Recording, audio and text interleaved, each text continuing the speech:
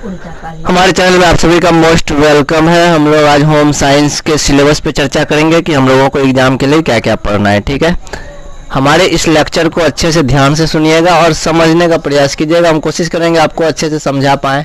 ठीक है, यदि हमारा वीडियो समझ में आ जाए तो ज़रूर वीडियो को शेयर कीजिएगा।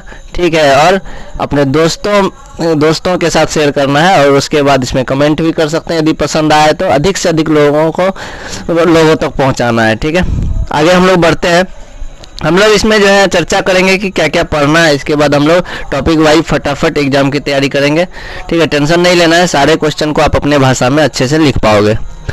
ठीक है, तो हम लोग यहाँ देख रहे हैं पहला जो इकाई है इसका शिशुओं को जानिए, यानी कि छोटे बच्चे के बारे में। ठीक है, कि जैसे कि दिया हुआ है, पहला चैप्टर है हमारा शिशु की जानकारी 0 से 3 साल के बच्चों के लिए। ठीक है, तो वृद्धि और विकास क्या होता है, जैसे इसमें एक टॉपिक है वृद्धि और विकास। वृद्धि का मतलब जैसे सोच लो ना, एक छोटा सा बच्चा है वह जो है बड़ा होते जा रहा है, तो वो क्या हो गया, वृद्धि हो गया।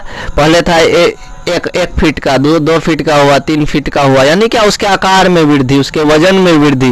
तो वो वजन बढ़ना, आकार का बढ़ना, ये सब क्या कहलाता है, वृद्धि कहलाता है। देखो हम इजी भाषा में बताएंगे ताकि तुम लोग परीक्षा में अपने भाषा में लिखना और तुम्हारा आंसर सही होगा और तुमको नंबर भी मिलेगा।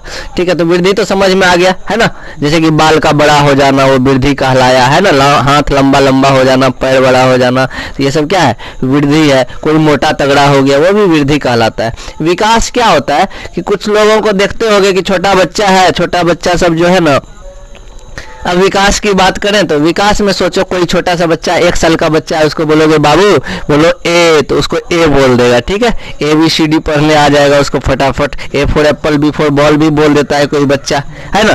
कोई बच्चा जो 10 साल का हो गया है और उसको A for Apple, B for ball बोलने नहीं आता है, इसका मतलब क्या हो गया, वो जो छोटा बच्चा है उसका विकास हो गया है और जो बड़ा बच्चा है उसमें उसका अभी तक विकास नहीं हुआ। विकास का मतलब हो गया कि बुद्धि से रिलेटेड, सोचने समझने की शक्ति जिसको ज्यादा हो जाए वो क्या कहलाएगा, विकास कहलाएगा। वृद्धि और विकास में अंतर आ गया ना। एक बच्चा है जो 5 क्लास में पढ़ता है, 10th का मैथ बना रहा है, इसका मतलब उसका क्या हुआ, विकास हुआ, वृद्धि नहीं हुआ। क्या हो गया, विकास हो गया। समझ में आ गया, कोई दिक्कत नहीं है। वृद्धि और विकास में अंतर। क्रियात्मक और शारीरिक विकास के निर्देशन आगे क्या पढ़ने वाले हैं, क्रियात्मक एवं शारीरिक विकास। शारीरिक विकास से तो समझ में आ ही रहा है, शरीर का बढ़ना, वजन का बढ़ना, लंबाई का बढ़ना, इस तरह से सब शारीरिक विकास। क्रियात्मक विकास क्या होता है, तुम अपने काम को कैसे करते हो, है ना, कि अपने आसपास जैसे कि रूटीनबद्ध काम, समय पर उठे, सारा काम किए खुद से, अपना होमवर्क तैयार किए, स्कूल में टीचर को दिखाई, ये सब खुद से यदि कर लेती है क्या कहलाएगा, क्रियात्मक विकास। इस तरह से हम लोग इसको देखेंगे इसमें। ठीक है, फिर बालक के शारीरिक विकास को देखेंगे, कैसे कैसे जो है समय के साथ लंबा होते जाता है। जब जन्म लेता है तब कितना वजन होता है बच्चे में, फिर उम्र बढ़ते जाता है तो वजन कितना कितना होना चाहिए, इसके बारे में हम लोग पढ़ने वाले हैं। इस तरह से कैसे बच्चा, छोटा बच्चा होता है, पहले जो है वह पलटता है, आंख हल्का फुल्का, सर को इधर से उधर घुमा करके देखता है किसी को, है ना, धीरे धीरे कोशिश करता है पलटने का, फिर धीरे धीरे बच्चा बैठने का कोशिश करता है, बैठ भी जाता है, फिर बैठा देते हैं तो गिर भी जाता है ना। इस तरह से ऐसे करते हैं। फिर जो है क्या होता है, कुछ दिन के बाद बच्चा पकड़ के खड़ा हो जाता है, कोई भी चीज को दीवार पकड़ के, बेड पकड़ के, कुछ दिन में बच्चा गुड़कने लगता है ना, गुड़कता भी है। तो इस तरह से बच्चे में क्या हो रहा है, धीरे धीरे क्या हो रहा है, विकास भी होते जा रहा है और वृद्धि भी होते जा रहा होता है। ठीक है, दोनों चीजें। तो इसमें हम लोग समय के साथ हर चीज को देखने वाले हैं, तो इसको डिटेल से पढ़ेंगे, इसलिए टेंशन नहीं लेना है। संवेगात्मक विकास, मानसिक विकास समझ में आ गया होगा। 5 क्लास का बच्चा रीजनिंग बनाता है, देखता होगा नवोदय की तैयारी करने के लिए, तो वो क्या है, मानसिक विकास हो गया है कि नहीं, कि बुद्धि लगाते हैं कि देखो यहाँ पर 1 शून्य था, वहां पर डबल 0 हो गया, उसके बाद 000 हो गया, तो अगला में 4 0 होना चाहिए, तो वो क्या है, वो सब मानसिक विकास है। तो ये सारी चीजें हम लोग यहाँ पढ़ने वाले हैं। उसके बाद संक्रामक रोगों से बचाव, तो हम लोग देखते होंगे छोटा बच्चा जब जन्म लेता है ना तो उसको टीका पड़ता है, सुई पड़ता है, BCG का टीका पड़ता है, पोलियो का बूंद 5 बूंद की 2 बूंद, पोलियो का 2 बूंद देता है ना बच्चों को। इन सब के बारे में पढ़ेंगे, कौन कौन से रोग को बचाने के लिए सब दवाई दिया जाता है। हम लोग तो नहीं जानते उतना, अभी तो पता नहीं होगा कौन कौन सा दवाई बचपन में मिला था। 2 महीना पे मिलता है, 1.5 महीना पे, फिर 3 महीना पे, 6 महीना पे, इस तरह से सुई मिलते रहता है। ठीक है, वह क्यों दिया जाता है इसके बारे में हम लोग पढ़ने वाले आगे। फिर रोग रोधक क्षमता है ना, रोग को रोकने का क्षमता को क्या होता है वो चीज़ें, है ना। देखते हो तुम लोग, यदि खा पी के स्वस्थ रहते होगे, खेलता होगा तो मन खुश रहता है, तब बीमार नहीं पड़ता होगा। खाना पीना में थोड़ा सा दिक्कत कर दो, अच्छे से नहीं खाओ, शरीर कमजोर हो जाता है, बीमार पड़ जाते हैं। ये क्यों होता है ऐसा? शरीर में बीमारी से लड़ने का एक क्षमता है, ताकत है, तो वो क्या कहलाता है? रोधक या रोध क्षमता। ठीक है, आगे पढ़ेंगे हम लोग इसी के बारे में पूरा डिटेल्स, और किस किस बीमारी से बचने के लिए कौन कौन सा टीका लगाया जाता है, कौन कौन सी दवाई ली जाती है, इसके बारे में भी हम लोग पढ़ने वाले हैं। ठीक है, उसके बाद पढ़ेंगे असमर्थ और अयोग्य बालक की विशेषताएं। ठीक है, किसके बारे में पढ़ने वाले हैं? असमर्थ। तो हम लोग देखने वाले हैं असमर्थ और अयोग्य बालकों की विशेषताएं। कुछ बालक असमर्थ होते, देखता होगा किसी किसी को जो है, तुम्हारे मामा के यहाँ एक बच्चे को पोलियो हो गया था, जन्म लिया था, पैर टेढ़ा हो गया था। ठीक है, तो वो लोग क्या हो गया? असमर्थ बालक, जिसको पैर चलने योग्य नहीं है। कुछ अयोग्य बालक भी होते हैं। असमर्थ और अयोग्य में समझ में आया? अयोग्य हो गया जिसका पैर टेढ़ा हो गया, है ना, अच्छे से चल नहीं पाया, पोलियो मार देता है, जिसको लकवा बोलते हैं, है ना। तो वो सब क्या हो गया? असमर्थ या अयोग्य, अयोग्य बालक। असमर्थ बालक किसको बोलेंगे? कुछ बच्चा देखता हुआ चश्मा पहन के क्लासरूम में बैठता है, पीछे यदि बैठ गया तो उसको दिखाई नहीं पड़ता है, तो ऐसे बच्चे, वो सब असमर्थ बच्चे हो गए, या अयोग्य बच्चे बोल सकते हैं, है ना। अयोग्य, ऐसे बच्चे को भी अयोग्य बोल सकते हैं। सोचो कि 5 क्लास का बच्चा है, मैथ बता रहे हैं, तो कुछ बच्चा तो तुरंत सर समझ में आ गया, हम बना लिए। कुछ बच्चा ऐसा होता है उसको समझ में ही नहीं आता है क्या पढ़ा रहा है ना, बहुत ऐसा होता है। तो वो क्या बोल सकते हैं? उसको असमर्थ बोल सकते हैं, उसको शक्ति नहीं है समझने की, ऐसा भी होती है ना। अभी 10th क्लास का बच्चा मैथ बताते हैं, समझ में नहीं आता है, 5 क्लास का बच्चा समझ जाता है, तो वो क्या हो गया? उसके लिए ऐसा नहीं कहेंगे कि उसका दिमाग कमजोर, क्योंकि वो असमर्थ है उस चीज को समझने में, है ना। ऐसा कोई बच्चा थोड़ा ना चाहता है हम ना समझे, वो समझ ही नहीं पाता है, तो ऐसे बच्चे को हम असमर्थ बोल सकते हैं या अयोग्य बोल सकते हैं। ठीक है, तो समझ में आ गया। तो दो तरह से होंगे असमर्थ अयोग्य, किसके किसके कारण? कुछ शारीरिक अक्षमता के कारण, किसी का पेट टेढ़ा है या फिर किसी का आंख नहीं है, अंधा है, तो ऐसे भी होते हैं ना, जिसको ब्रेल लिपि का यूज करता है। इन सब के बारे में पढ़ेंगे। कुछ ऐसे बालक होते हैं समाज में सब क्या है, पढ़ने में तेज नहीं है, पर इसको समझ में नहीं आता है, बेवकूफ़ है, गधा है, तो इस तरह से उस बच्चा का मानसिक लेवल कमजोर हो जाता है, सोचता है सब हमको दुत्कार ही रहा है ना, जो भी हिम्मत काम करता है वो भी टूट जाता है। तो ये सारी चीज़ें हम लोग पढ़ने वाले हैं। उसके बाद देखेंगे वैकल्पिक बाल देखभाल। देखो बाजार सब में क्या होता है ना कि माँ बाप दोनों नौकरी करता है, तो उस कंडीशन में जो छोटा बच्चा होता है उसको कहाँ रखा जाएगा? उसके लिए कुछ वैकल्पिक देखभाल की व्यवस्था की गई। हमारे गाँव में भी कुछ व्यवस्था है जिसको हम लोग आंगनबाड़ी बोलते हैं। छोटा बच्चा नाक से रस बह रहा है, तब पर भी उसको वहाँ पहुँचा दिया, चॉकलेट खाने के लिए, खेलता है, दुबता है थोड़ा देर।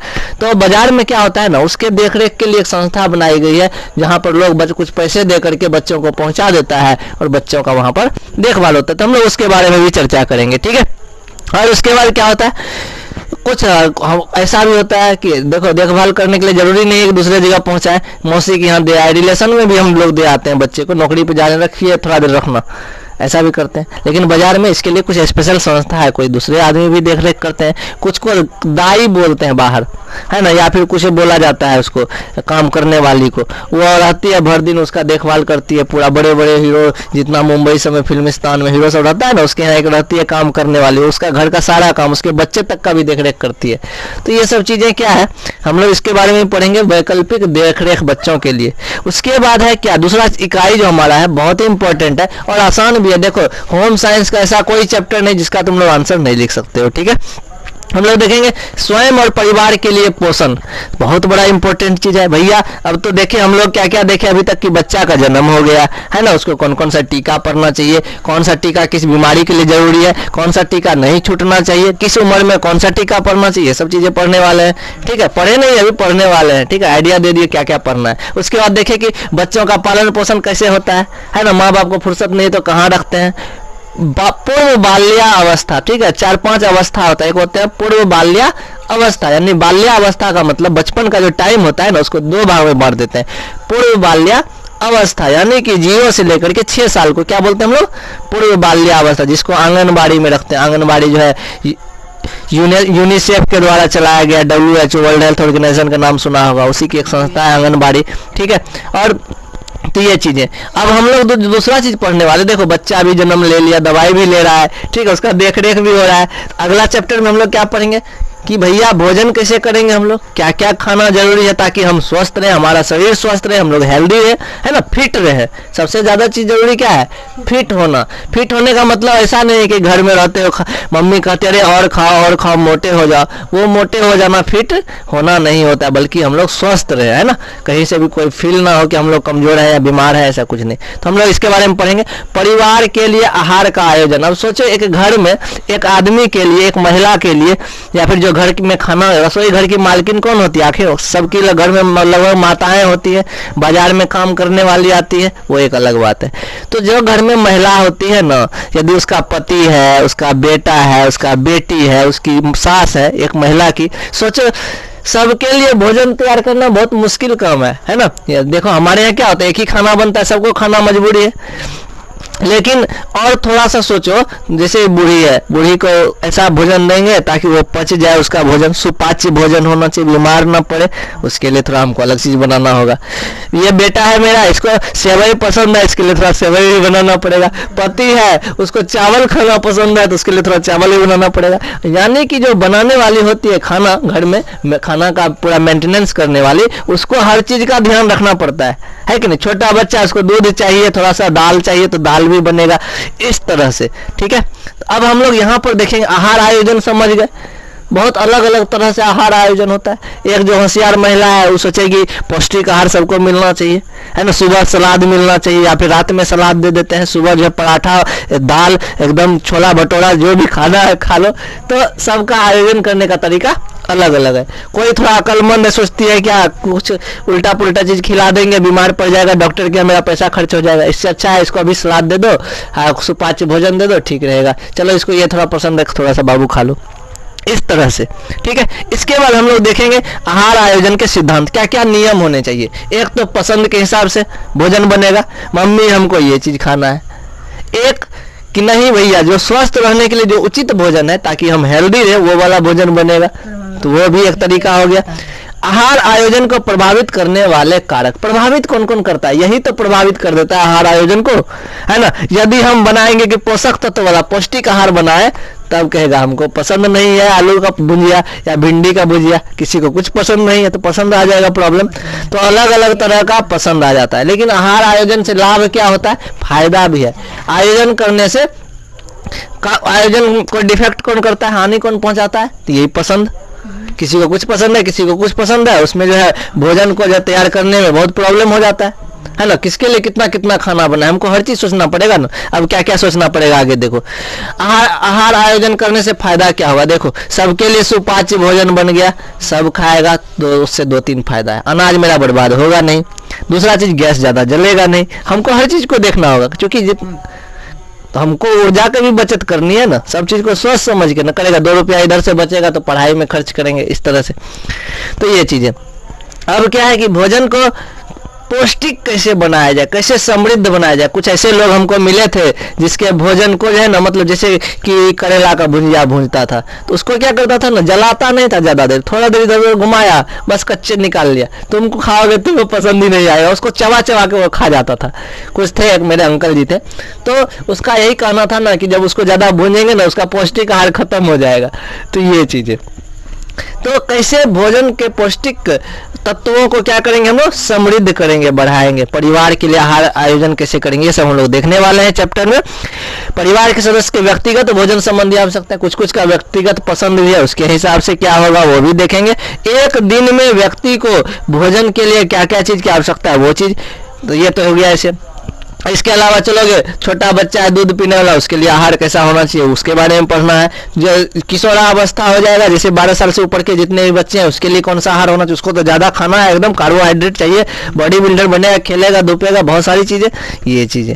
गर्भावस्था में उसके लिए अलग चाहिए, समझिए। जो महिलाएं गर्भवती होती है, पेट में बच्चा होता है, उसके लिए क्या चाहिए, उसके लिए भी पौष्टिक आहार चाहिए, ताकि जो पेट में गर्भ में बच्चा पल रहा है वो क्या होना चाहिए, स्वस्थ होना चाहिए। उसके लिए कौन कौन सी, जिसको बच्चा हो गया है अब उसके लिए अलग तरह का भोजन होना चाहिए, ताकि उसके शरीर में खून की कमी ना हो, बहुत सारी प्रॉब्लम है ना उसके लिए। शिशु के लिए तो हम लोग बोल ही दिए, उसके लिए पढ़ना।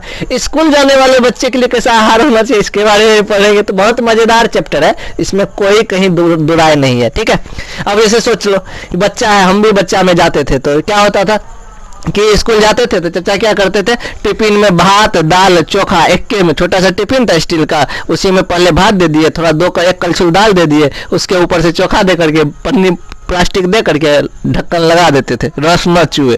ठीक है, अब वहाँ जाते थे सब, मेरा ही टिफिन देखता था तो थोड़ा सा अच्छा नहीं लगता था, लेकिन हाँ उनका यही सोच था कि सोचते थे कि चलो भोजन दे दिए ना, तो वहाँ पर दोपहर में भोजन करता है ना, भुंजा दे देंगे, मुढ़ी दे देंगे, तो उससे कुछ नहीं होगा, इससे थोड़ा ताकत आएगा शरीर में, यह सोच करके देते थे। वहाँ पर स्कूल जाते थे, बहुत सारा बच्चा था, टिफिन में कोई भुंजिया रोटी भुंजिया पराठा भुंजिया, कोई कुछ कोई अचार। कभी कभी जब अपने से नाश्ता ले जाते थे तो अपने से मुढ़ी ले लिए 2 मुट्ठी, ठीक है, हल्का सा तेल दे दिए, उसमें प्याज तो देते नहीं थे, मसवा जाता था, ज़्यादा मन होता था तो मिक्सचर, नहीं तो शक्कर ढेला वाला जो होता है वो डाल देते थे। तो ये था हम लोग का, लेकिन उसमें भी आयोजन होना चाहिए, बच्चा को ऐसा भोजन दे ताकि उसका शरीर स्ट्रांग रहे, है ना। तो बच्चा कुछ बेवकूफ़ होता है या फिर ना समझ होता है तो क्या करेगा, मैगी ले लेगा, कभी पास्ता ले लेगा, जिससे कुछ नहीं होने वाला है ना। तो सब ऐसा भोजन जो हमें एनर्जी दे, है ना, हमारे शरीर के लिए लाभदायक हो, ये सब चीज़ें पढ़ने वाले हैं। किशोरावस्था में आहार बहुत जरूरी है, 12 साल से 18 साल तक के बच्चों को अधिक से अधिक ताकतवर भोजन चाहिए, है ना, ज़्यादा से ज़्यादा पहट के जितना खा सकते हो, तो वो चीज़ बहुत ज़रूरी, जैसे कि तुम्हारी दीदी सब हुई, उस एज में भोजन बहुत ज़्यादा चाहिए, है ना, बहुत ज़रूरी है। ये तो समझ में आ गया। वयस्क के लिए भी अधिक चाहिए भोजन, देख लो वो जो काम करता है, कुदाल वाला काम करता है, उसको अधिक से अधिक भोजन चाहिए, है ना, भोजन करेगा तब तो वो काम कर पाएगा। तो ये सब चीज़ें हम लोग यहाँ पढ़ने वाले हैं, ठीक है। अब है गर्भावस्था में पोषक तत्व, अब ये भी पढ़ेंगे हम लोग कि जब व्यक्ति गर्भ में रहता है, मतलब क्या कहते हैं, बच्चा गर्भ में रहता है, पेट में रहता है, उस समय महिला के लिए कौन कौन सा चीज़ जरूरी है ना, क्या क्या चीज़ देना जरूरी, क्यों देना जरूरी है, इसके बारे में चर्चा करेंगे। तो ये सब चीज़ें पढ़ने वाले। अब सबसे बड़ा इंपॉर्टेंट चीज़ है, भोजन कर लिए हैं तो हमको पानी भी पीना पड़ेगा। तो पानी कैसा होना चाहिए, स्वच्छ जल होना चाहिए, है ना, क्योंकि जल का बहुत ही महत्व है, बिना जल का हमारा जीवन नहीं है। सुनता होगा टीवी में प्रचार, जल ही जीवन है, बूंद बूंद जल क्या है, बहुत ही इंपॉर्टेंट है। तो हम लोग इसके बारे में पढ़ेंगे। मानव शरीर में हम लोग जानते हैं कि लगभग 65% क्या है, जल की मात्रा है। सोचो इतना वजन है, यदि 100 किलो मेरा वजन है तो उसमें 65% क्या है, जल ही है। उसके बाद क्या पढ़ने वाले हम लोग, प्रदूषित जल के बारे में, क्या होता है जल प्रदूषण, कैसे जल गंदा होता है। देखो फैक्ट्री सब नदी किनारे लगा दिया जाता है, जल गंदा हो जाता है। हम लोग जाते हैं भैंस को धो लेते हैं नहर में, जल गंदा हो जाता है। छठ में जो या पूजा पाठ होता है, सारा कचरा जाके नहर में फेंक देते हैं, नदी में फेंक देते हैं। तो ये सब चीज़ें, लाश को नदी में फेंक दिया जाता है। तो ये सब चीज़ें। और हम लोग क्या पढ़ने वाले हैं, साफ और स्वच्छ जल का प्रयोग करें। देखता हुआ सरकार भी कहता है साफ और स्वच्छ जल पिए। अब तो लोग जो है वो फिल्टर वाला पानी मंगाता है 25 रुपया में गैलन, और उसका उपयोग करता है। तो इस सब के बारे में पढ़ोगे। देखो ऐसा इतना आसान चैप्टर है ना, कोई भी इसको समझ करके आसानी से लिख सकता है, ठीक है। इसके बाद हम लोग पढ़ेंगे साफ और स्वच्छ जल हमारे लिए फायदेमंद है कैसे, ठीक है, ये भी जरूरी है ना, हम साफ जल ही क्यों पिए, उससे क्या क्या फायदा है उसके बारे में पढ़ेंगे। शरीर में जल का क्या क्या काम होता है, शरीर में भी तो जल का क्या काम है वो भी तो पढ़ने वाले हैं। तो ये चीज पढ़ने, जल के कितने प्रकार होते हैं, पीने वाले जल की क्या क्या विशेषता होनी चाहिए, कौन सा जल को पिएंगे, जाके समुद्र में जाए 1 लोटा पानी लेकर के पी तो नहीं लेंगे, क्योंकि उसकी कुछ विशेषता होना चाहिए। हम लोग मीठा पानी पीते हैं, है ना। तो इन चीज़ों के बारे में पढ़ेंगे, जल का गुणवत्ता पढ़ेंगे, कैसे जल को शुद्ध किया जाए इसके बारे में भी। सुनता होगा पुराने जमाने में 4 गो मटका रख देता था, एक में ऊपर में रख दिया गिट्टी, उसके बाद में छोटा छोटा कंकड़, उससे भी नीचे छोटा छोटा कंकड़, और सबसे नीचे बालू रख देता था, ऊपर में घैला रख दिया, ठीक है, सब में छेद कर दिया थोड़ा थोड़ा, है ना। और सब में छेद है तो क्या किया, ऊपर वाले में पूरा भर दिया पानी, बूंद बूंद पानी टपक टपक के कहाँ गिरता है, नीचे, और शुद्ध हो जाता है पानी। ये हो गया एक तरीका। वो है एक हमारे पास फिल्टर है, एक RO आता है, देखता होगा बड़ा बड़ा बिल्डिंग में जाओगे, बैंक में ना दीवार में टंगा रहता है पानी वाला निकलने वाला, डॉक्टर सब के यहाँ जरूर मिलेगा। तो वो सब हो गया। तो हम लोग अलग अलग विधि से पढ़ेंगे, सारे नियम को यहाँ देखेंगे, कौन कौन सा चीज कैसे शुद्ध किया जाता है। जल शुद्धिकरण और संग्रह भी होता है। जल शुद्धिकरण समझ में आ गया, है ना। एक शुद्धिकरण तो भगवान की कृपा से हो जाता है। कैसे भाई, सोचो बारिश उतना होता है, धरती पे पानी लगता है, खेत में पानी लगा हुआ है, जमीन क्या होता है, उस पानी को सोखता है। ये जमीन का जो मिट्टी है ना, ये फिल्टर के तरह काम करता है पानी को साफ करने का। यही पानी नीचे जाता है, हम लोग चापाकल से फिर निकाल के उसका पानी पी लेते हैं, फिर जो है फिर पानी पीते हैं, फिर बाहर जाता है, फिर वो अंदर चला जाता है, यानी कि ये रोटेशन होते रहता है। इसी को तो जल चक्र बोलते हैं भाई। आगे देख लो, संग्रह करना। चले जाओ, हम लोग के यहाँ तो पानी भरा हुआ है, कोई नहीं पूछता, उधर जाते भी नहीं है। राजस्थान जैसे जगह पर देख लो, रेगिस्तान है, पीने के लिए पानी पानी नहीं है, तो वहाँ पर क्या करता है ना, जब बारिश होती है ना तो छत के नीचे जो है ना टंकी बना के रखता है बिल्डिंग के नीचे, ठीक है। छत पर जो पानी जमा होता है उसको पाइप के मदद से उसमें स्टोर कर लेता है, ठीक। नीचे गड्ढा, पक्की गड्ढा होता है, ठीक है, और उसी पानी को मशीन के द्वारा फिल्टर करके साफ करके फिर पी लेता है, तो कि उसको आसानी से पानी मिल जाता है। तो ये सब चीज़ें होती है, तो इसको संग्रह करने का उपाय हम लोगों को भी संग्रह करना चाहिए। एक चीज़ और बताते हैं, सरकार क्या कर रही है, सरकार जो है अभी फ्री में लोगों को गड्ढा खोदने के लिए पैसा दे रही है, गड्ढा खुदवा रही है, ताकि लोग क्या करेंगे, पोखर खोदेगा मछली पालन करने के लिए।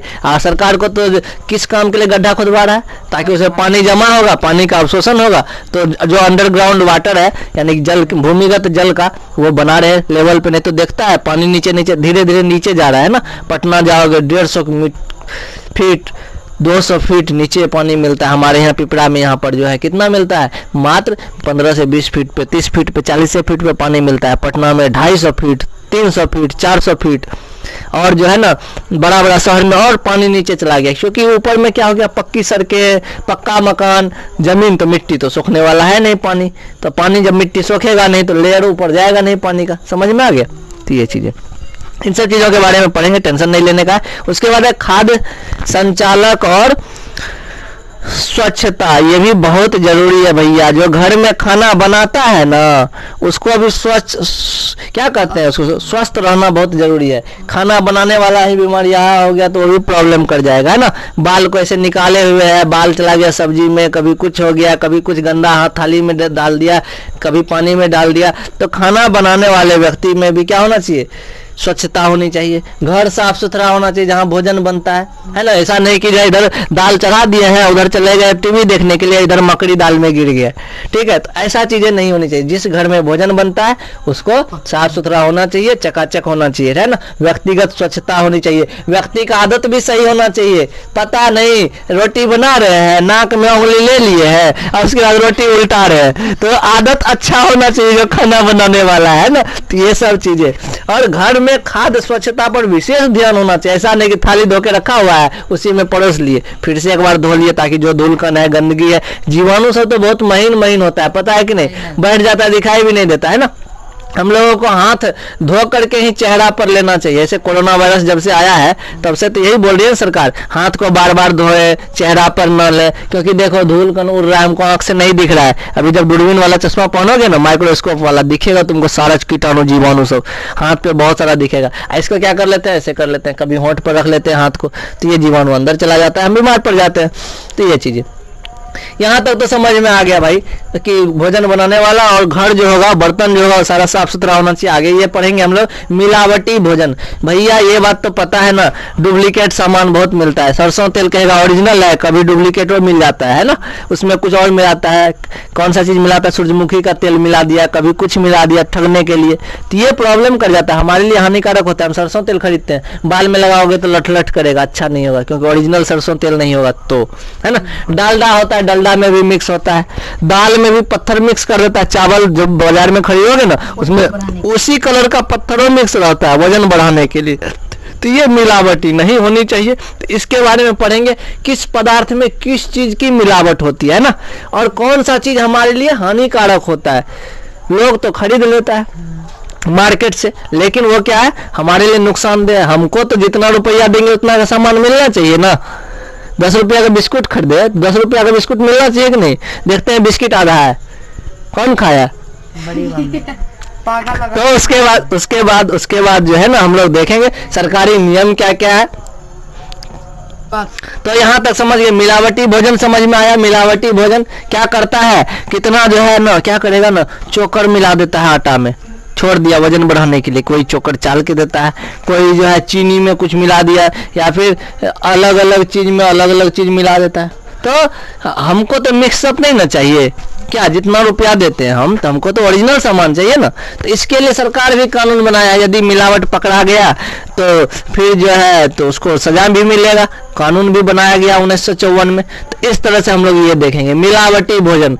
इतना तो इतना दुकानदार भी घपला करता है ना, चुंबक लगा दिया तराजू के नीचे, कभी कुछ लगा दिया। तो ये सब चीजें पढ़ेंगे, बहुत मजेदार चैप्टर है। इस बुक को सबको पढ़ना चाहिए, है ना। ऐसा नहीं है कि जो होम साइंस पढ़ रहा है उसी ठोको, किसी को भी। अब तो यहाँ तक समझ में आ गया, क्या क्या आया समझ भैया। पहले बच्चा जन्म लिया, उसको कौन कौन सा टीका दिए, फिर बच्चा को कैसे पाला पोसा जाए, फिर उसको भोजन कौन कौन सा मिलना चाहिए, ये सब चीजें हम लोग पढ़ लिया है ना। उसके बाद देख लिया कि दुकान से सामान जो खरीदेंगे उसमें कौन कौन सा मिलावट होगा, पानी भी पीना है उसके बारे में भी हम लोग देखें, यानी कि जल से संबंधित चीजें। अब है हमारा धन व्यवस्थापन और उपभोक्ता शिक्षा। अब सोचो एक बात, धन व्यवस्थापन भी तो होना चाहिए। घर में लोग जो है पैसा कमाता है, ठीक है। अब जैसे कि ले लेते हैं इस बच्चे का उदाहरण, घर में पापा पैसा कमाते हैं, ठीक है, मम्मी भी काम करती है, ये भी कुछ काम करता है ना, छोटा भी, जो भी है, हर कोई कुछ ना कुछ कर रहा है भाई। तो जो भी काम होता है तो हम लोगों को एक टारगेट बनाना चाहिए कि भाई इतना 5 रुपया हम कमा रहे हैं, 2 रुपया पढ़ाई पे खर्च होगा, 2 रुपया भोजन पे खर्च होगा, 1 रुपया हम जमा करके रखेंगे। इस तरह का शेड्यूल बनना चाहिए। डेली का जो सामान आता है एक डायरी होनी चाहिए, आज हमने ये सामान खरीदा, लिख लिए, लिखने के लिए आइडिया रहना चाहिए, आदत होनी चाहिए ये सब चीजें लिखने का, ठीक है। हिसाब किताब होना चाहिए ताकि हमको आइडिया लग जाएगा एक महीना में कितना खर्च होता है मेरा। ये सब सिस्टमेटिक होता है ना, तब पता चलता है कि मेरा पैसा कहाँ गया कहाँ नहीं गया। ऐसे खर्चा होते गया, जैसे यही सामान खरीदता है, ये भी अपना कॉपी में लिखना चालू कर दे, हम ये चीज खरीदे, सिर्फ अपने पास रख के लिख के, इसको आइडिया लग जाएगा हम कितना खर्चा करते हैं एक महीना में, ठीक है। तो ये करना चाहिए, तुम लोग भी करना शुरू कर दो, डेली का हिसाब किताब लिखो, ये सब चीजें। बचत और विनियोग, ठीक है ना, बचत होना चाहिए ना। जैसे क्या करती है अधिकतर महिलाएं, 99.9% महिलाएं क्या करती है, पति के जेब से पॉकेट से पैसा निकाल लेती है, ठीक है, 100 रुपया 50 रुपया। जो समझदार महिलाएं होती है क्यों निकालती है, तो वो कुछ काम के लिए नहीं निकालती है, बचा बचा के रखती है ना। जब पति को जरूरत पड़ जाता है कभी तो वो पैसा उसको रिटर्न दे देती है। तो क्या हो गया, घर के ही काम आ गया। जैसे यही लड़का है, कुछ ना कुछ खरीद लेता है, मान के चलो यही पैसा जमा करते जाए 10,000 जमा कर लिया, 20,000 जमा कर लिया, इसके पास 20,000 हो जाएगा। अब पापा को बोलेगा पापा 10,000 और दीजिए, हम लैपटॉप खरीदेंगे, तब देखो तो फायदा भी हो गया। ऐसे पापा को डायरेक्ट बोलेगा तो उसके पास 30,000 एक साथ होगा तो बोलेगा, नहीं तो फिर प्रॉब्लम हो जाएगा। 10 रुपया 20 रुपया करके जमा करते जाएगा तो कुछ पैसा हो जाएगा। तो बचत करना चाहिए, है ना। बचत करने के अलग अलग उपाय हैं, कुछ पैसे बचा लिए। विनियोग के अन्य साधन भी है ना, माध्यम है, जोखिम सुरक्षा बचत, यानी कहने का मतलब देख लो, अब जैसे कॉपी खरीदता है, कॉपी यदि मेरे पास बहुत सारा कॉपी निकाले, सब में कुछ में पेज है, चलो इसी में लिख लेते हैं। 20 रुपया कॉपी के लिए ले लिए, हम उसको जमा भी कर दिए, ठीक है ना, कि 20 रुपया कॉपी के लिए जा रहे थे, उसको जमा करके रख लिए बचत में। मेरे पास कॉपी है, उसका यूज कर लिए, ठीक है, वो पैसा बचत में ही रखते जाएंगे, खर्च नहीं करना, ताकि एक समय तुम्हारे लिए काम आ जाएगा, है कि नहीं। मोबाइल नहीं लेना है अच्छा वाला, तुम्हारे पास 20,000 है, पापा बोलेगा कि 10,000 का मोबाइल खरीदेंगे, दीजिए 10,000 रुपया, तुम्हारे पास 20 है तो 10, 20, 30,000 का मोबाइल ले लिए, दंगल हो गया। तो ये चीजें, तो बचत करने से फायदा भी हो गया, है ना। और क्या होता है ना, बचत करने से कुछ सीखने को भी मिलता है, चलो हम अपना बैलेंस बढ़ा रहे हैं, तो ये चीजें होनी चाहिए। और हमारे गार्जियन को भी कुछ होना चाहिए, चलो 500 रुपया दिए, इस महीना तुम कुछ नहीं मांगा, इसी 500 में तुमको एडजस्ट करना है, किताब खरीदो, कॉपी खरीदो, कलम खरीदो, जो भी करना है इसी 500 में, तो वो चीज हो जाएगा। सारा का हिसाब लिख के रखना, उससे बच्चे को सीखने को मिलता है। अब है उपभोक्ता। उपभोक्ता कौन है भाई, तो हम लोग तो उपभोक्ता है ना, हम लोग क्या है, उपभोक्ता है। क्यों उपभोक्ता है, क्योंकि हम लोग सामान का यूज करते हैं, तो हम लोग तो उपभोक्ता ही होंगे। तो ये चीजें, जो सामान खरीदता है, उपभोक्ता संरक्षण, उपभोक्ता के लिए सरकार ने क्या बनाया है, नियम बनाया, एक टोल फ्री नंबर दिया है कि फ्री में जब मोबाइल में पैसा नहीं भी रहेगा ना, उस पर कॉल लगाओगे, अब बोलोगे कि हमको डुप्लीकेट हेडफोन दे दिया है या डुप्लीकेट सामान हमको दे दिया, घटिया है, सड़ा हुआ था, पैकेट में सूजी, और हमको जबरदस्ती कह रहा है लेना ही पड़ेगा, हम इसको दिए हैं पैसा 10 रुपया, 10 रुपया हम तो फ्रेश मिलना चाहिए ना। तो वो कहेगा भैया तुमने तो पैकेट फाड़ दिया है, बोलेंगे हम तब यूज नहीं किए, तो पैकेट फाड़ने ना फाड़ने में आपका सामान खराब है। यदि वह नहीं मानता है तो हम जो है उपभोक्ता फोरम में केस कर सकते हैं, ठीक है। 10 रुपया लगता है, कंप्लेन करो, इसको जो सामान देना होगा, नहीं तो उसके बदले पैसा देना होगा। इस ये नहीं देगा तो कंपनी वाला को देना होगा, कंपनी वाले पे हो जाएगा क्लेम। तो ये सब चीजें हम लोग पढ़ने वाले हैं। आगे हमारा मेरा परिधान, सोचो सही बात है। अब हम लोग देख लिए भोजन, उपभोक्ता के बारे में सुविधा भी देख लिए, अब हम लोग देखने वाले हैं मेरा परिधान। हम लोग जो कपड़ा पहनते हैं उसका क्या क्या सिस्टम है भाई। वस्त्रों का मानव के लिए महत्व। एक जमाना था जब लोग जो था क्या पहनता था, कभी पत्ता, पहले तो कपड़ा ही नहीं पहनता था, है ना, धीरे धीरे पत्ता, केला का पत्ता पहनने लगा, कभी छाल पहनने लगा, शेर का जो है, शेर सब जानवर सब को मारता था ना, उसका जो शरीर का जो ऊपर वाला खाल होता था निकाल लेता था, उसका लपेट करके पहन लेता था। पहले खाल सिर्फ नीचे पहनता था, ऊपर कुछ नहीं, फिर धीरे धीरे ऊपर भी महिलाएं पहनने लगी, फिर जो है धीरे धीरे और कॉटन कपड़ा या फिर रंग बिरंगा कपड़ा बनने लगा। तो इस तरह से फिर कैसे कैसे डिजाइन का वर्गीकरण है ना, अलग अलग लोग का अलग अलग पसंद होता है, ये भी बात होता है ना। जब लंबा है पतला है, ठीक है ना, उसको अलग डिजाइन का कपड़ा पसंद आता है। जितना लंबा आदमी होगा उसको अलग डिजाइन का, जैसे लाइनिंग वाला कपड़ा है, ठीक है, और ये वाला एक वर्टिकल लाइन यानी ऊपर से नीचे, एक ऐसे हॉरिजॉन्टल लाइन धरती के समांतर, इस तरह से अलग अलग लोगों का अलग अलग डिजाइन पसंद करने का तरीका है। तो यही चीज आगे है भैया, खरीदारी करते वक्त किस किस चीजों पर ध्यान देना चाहिए। यानी सोचो तुमको ना घर में या फिर एक व्यक्ति के लिए ये सब चीजें बहुत जरूरी है जानकारी होना। घर में तो रहते हो ना, सब तो घर में ही रहते हो, तुम लोगों को क्या चाहिए, ये होम साइंस जरूर पढ़ना चाहिए। क्यों पढ़ना चाहिए भाई, हमको बहुत सारी चीजें जानकारी मिलेगी। इतना तो जान गए सबके लिए अलग अलग डिजाइन होना चाहिए। अब है क्या, जब हम खरीदने जाते हैं सामान खरीदने जाता है तो कॉपी खरीदते हैं ना, बोलते हैं कॉपी दिखाइए 20 रुपया वाला कौन कौन सा कॉपी है। ऐसा नहीं कि 20 रुपया वाला कॉपी दीजिए स्कूलमेट, 20 रुपया वाला कौन कौन सा कॉपी हमको दिखाइए। तो उसके पास 5 प्रकार का कॉपी होगा, सब दिखाएगा, हमको जो पसंद आएगा वो लेंगे, है ना। या फिर स्कूलमेट का ही दिखाइए और 2-4 ठो दीजिए इसी में से, उसमें से देखेंगे जिसका पेज ठीक है, कहीं मुड़ा तो नहीं, कहीं फटा तो नहीं है, इस तरह से तब ना खरीदेंगे हम।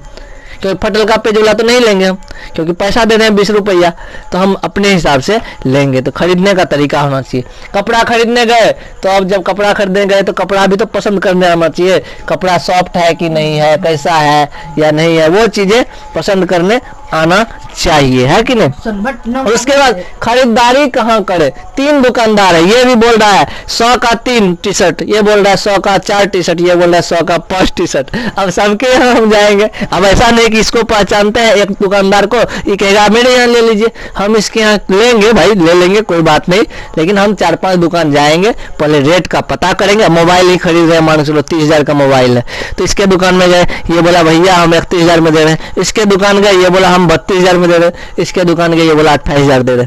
तो हम 3 दुकान गए तो हमको आइडिया लग गया कौन कितना में दे रहा है, हमको जहां प्रॉफिट बुझाएगा वहां ले लेंगे हम। तो ये चीजें, और किस दुकान में लेना चाहिए, दुकान असली है कि नकली, पता चला कल दुकानें उठा के भाग गया तो ठेला वाला से ले लेंगे, पता चला ठेला वहां है ही नहीं। तो ऐसा भी चीजें, तो इन सब चीजों को भी ध्यान में हम लोग रखते। कब करें खरीदारी, ये भी चीजें आगे पढ़ने वाले हम लोग। जैसे कि देख लो, अब टी शर्ट है, ये जबरदस्ती ले लिए, कपड़ा पे कपड़ा, घर में जो है पूरा बैग भरा हुआ है, तो फिर तो बर्बादी हो रहा है ना। तो वो चीजें नहीं, ध्यान में रख कर, जरूरत है तो ही लेंगे। तो इन सब चीजों के बारे में पढ़ने वाले हैं। बने बनाए वस्त्रों का चयन, और आजकल खास करके जो है ना रेडीमेड वस्त्रों का चयन बहुत होता है। सिले सिलाए कपड़े मिलते हैं ना, उसमें भी अलग अलग प्रकार के गुणवत्ता के चिन्ह, सिले सिलाए वस्त्र। अब देखो, एक तो होता है कि कपड़ा खरीदो, फुल पैंट सिलवाओ, शर्ट सिलवाओ, कोट सिलवाओ, हर चीज सिलवाओ, लेकिन एक कुछ रेडीमेड भी होता है। रेडीमेड कौन सा पसंद करना चाहिए ना, उसमें भी साइज होता है सबका, किसी का एक्सेल होता है, किसी का शॉर्ट होता है, अलग अलग तरह का। तो उसको कैसे खरीदेंगे उसके बारे में हम लोग चर्चा करने वाले। धुलाई के उपकरण, जब कपड़ा खरीद लिए, सब चीज पसंद कर लिए, देखता होगा महंगा कपड़ा है ना, उसको ड्राई क्लीनिंग में भेजा जाता है दुकान में एकदम, कि वहां साफ करने के लिए पेट्रोल से साफ करता है, कुछ केमिकल से, ताकि कपड़ा खराब ना हो। नहीं तो हम लोग जब घर में साफ करेंगे ना महंगा कपड़ा, पता चला उसका सब मोती झड़ गया, पटक पटक के यदि सर्फ दे करके साफ किए तो इसलिए उसको हम लोग साफ करने का अलग अलग तरीका है। कपड़ा धोने वाला जानता होगा, वॉशिंग मशीन भी आता है, एकदम बढ़िया से सर्फ डाल दो, पूर्णिया में जैसे है बहुत सारे आदमी के यहाँ होगा, तो उसमें जो है सर्फ डालते हैं, कपड़ा डालते हैं, कुछ देर में धुलते धुलते धुलते सारा पानी भी निकल जाता है, कपड़ा भी लगता है सूख गया, खाली लार दो थोड़ा देर बाहर में टेंगनी पे या फिर तार पे, तो आराम से सूख जाएगा। तो ये सब चीजें पढ़ने वाले। वस्त्रों की देखभाल कैसे करनी चाहिए ताकि वस्त्र खराब ना हो, जैसे कि कुछ पजामा है, लूजर है, या फिर कोई शर्ट है पहन के सो जाओगे, या स्वेटर है उसमें रूसी निकल जाता है, तो कैसे इस्तेमाल करेंगे इसके बारे में भी। किस साबुन से धोना चाहिए, कौन सा साबुन हमारे लिए बेहतर है, डिटर्जेंट क्या होता है, सर्फ क्या होता है, इसके बारे में भी पढ़ेंगे, है ना। सर्फ में जो है साफ होने वाला जो केमिकल होता है या फिर जो भी पाउडर होता है उसमें डाला हुआ सर्फ में, वो कितना मात्रा में होता है, क्या पूरा साफे करने वाला उसमें जो पाउडर है वो रहता है, नहीं, मात्र 15% या 10% रहता है।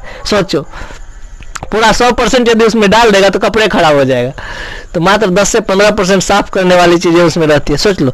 अब डिटर्जेंट पढ़ लेंगे, ये सब सारी चीजें। अब दाग और धब्बे छुड़ाने वाली चीजें, कलम का दाग लग जाता है, व्हाइट शर्ट पहनते हैं स्कूल जाने वाला, पॉकेट में जाए कलम का नीब निकल गया, इंक सारा लग गया, उसको कैसे साफ करेंगे, है ना। सेब खा रहे थे, सेब गिर गया कपड़ा पे, उस पर दाग लग गया, उसको कैसे साफ करेंगे। अलग अलग दाग का अलग अलग उपाय। चाय गिर गया, चाय पीते वक्त पी रहे थे चाय, उधर से सचिन आया धक्का दे दिया चाय में, चाय मेरे शर्ट पे गिर गया, शर्ट में दाग लग गया, अब उसको कैसे छुड़ाएंगे। इन सब चीजों के बारे में हम लोग पढ़ने वाले हैं, ठीक है। अलग अलग दाग को अलग अलग तरीके से हम लोग छुड़ाएंगे। अब है वस्त्रों का संग्रह, ठीक है ना। अब है संग्रह कैसे, दाग छुड़ा लिए, कपड़ा धो लिए, अब तो भाई कपड़ा को रखेंगे कैसे, कहाँ रखेंगे, कौन सा कपड़ा। पता चला क्या कि गंजी खोज रहे थे, कल तो रखे थे टेंगनी पे, अभी मिल ही नहीं रहा है कि नहीं। टी शर्ट मिल ही नहीं रहा है, तो अब देख लो कैसे रखेंगे कपड़ा को। तो हम लोग को तो अकल होना चाहिए, टी शर्ट सब एक जगह रख लेंगे। जो अंडर गारमेंट्स है, जिसे बनियान, चड्डी बनियान जिसको बोलते हैं, उसको एक जगह रख लेंगे ताकि मिल जाए। अब मोजा खोज रहे, एक ठो मोजा मिला है, मिल ही नहीं रहा है। तो अलग अलग कैटेगरी का सामान को अलग अलग कैसे रखना है, इन सब चीजों के बारे में पढ़ेंगे। क्या समझ में आ रहा है तुम लोगों को। तो ये चीजें हैं। अब देख लो लास्ट टॉपिक है हमारा, ये है क्या कि गृह विज्ञान क्यों पढ़ रहे हैं। अब तो कहानी समझ में आ गया, पूरा का पूरा सिलेबस क्या था। और इस सिलेबस को देखते हुए अभी भी तुम लोग अपने मन से सारा क्वेश्चन का आंसर दे सकता है खूब बढ़िया से। क्या लिखना है, यदि कहानी बनाने लिखे 10 लाइन में आराम से बना के आंसर दे सकते हैं, तो कोई दिक्कत नहीं है। गृह विज्ञान क्या है, हम लोग उसको क्यों पढ़ते हैं, क्यों पढ़ना चाहिए, परिवार के लिए क्यों फायदेमंद है ना, हमारे जीवन के लिए क्यों फायदेमंद है, तो ये सारी चीजें हैं। सिलेबस समझ में आया होगा तो जरूर बताना हमको, ठीक है। कमेंट अवश्य करना, ठीक। आगे लेक्चर बनाने के लिए कि अच्छा पसंद आया या नहीं, ये चीज समझाया जो जितना भी, ठीक है। तो मिलते हैं हम लोग। यदि तुम लोगों को पसंद आया होगा तो अधिक से अधिक कमेंट करना, ताकि हम जो है इसका लेक्चर फटाफट लेकर के आगे बढ़ेंगे। क्योंकि टोटल जो है इसमें ना 19 चैप्टर है, तो 19 चैप्टर है तो लगभग हमको 19 दूना 38 दिन यानी 40 दिन में हम कंप्लीट कर सकते हैं इसको, ठीक है। तो थोड़ा लंबा लंबा लेक्चर बनाएंगे 30-40 मिनट का, और समझाने का प्रयास करेंगे अपने भाषा में, ताकि तुम लोग एग्जाम में खुद लिखो और अच्छे नंबर लाओ। और जरूरी नहीं है कि हमको 100 में 100 आए, हम समझ रहे हैं उस बात को और उसको एक्सप्लेनेशन कर रहे हैं एग्जाम में, वही हमारे लिए बहुत अच्छी बात है, ठीक है ना। तो खुद को बेहतर बनाना है और अच्छे अंक लाओ और आगे अपना जीवन में बहुत अच्छा करो। धन्यवाद, मिलते हैं नेक्स्ट लेक्चर में। बोल दीजिए कमेंट